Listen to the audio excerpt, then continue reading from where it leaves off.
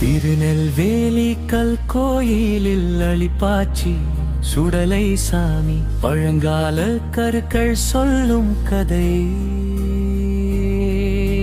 பக்தி பூப்பது உன்னருளால் கோயில் நடுவே கோபம் கருணையும் காவல் தெய்வமே வாசாமி.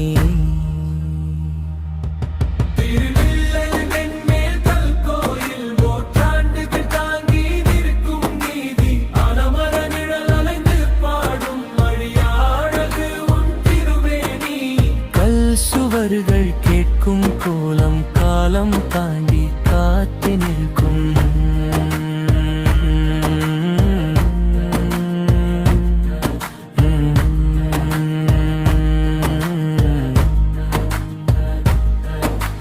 மலை மேல் மலர் தூவி வழிபடும் மக்கள் கூடும் பெருவிழா நாள்.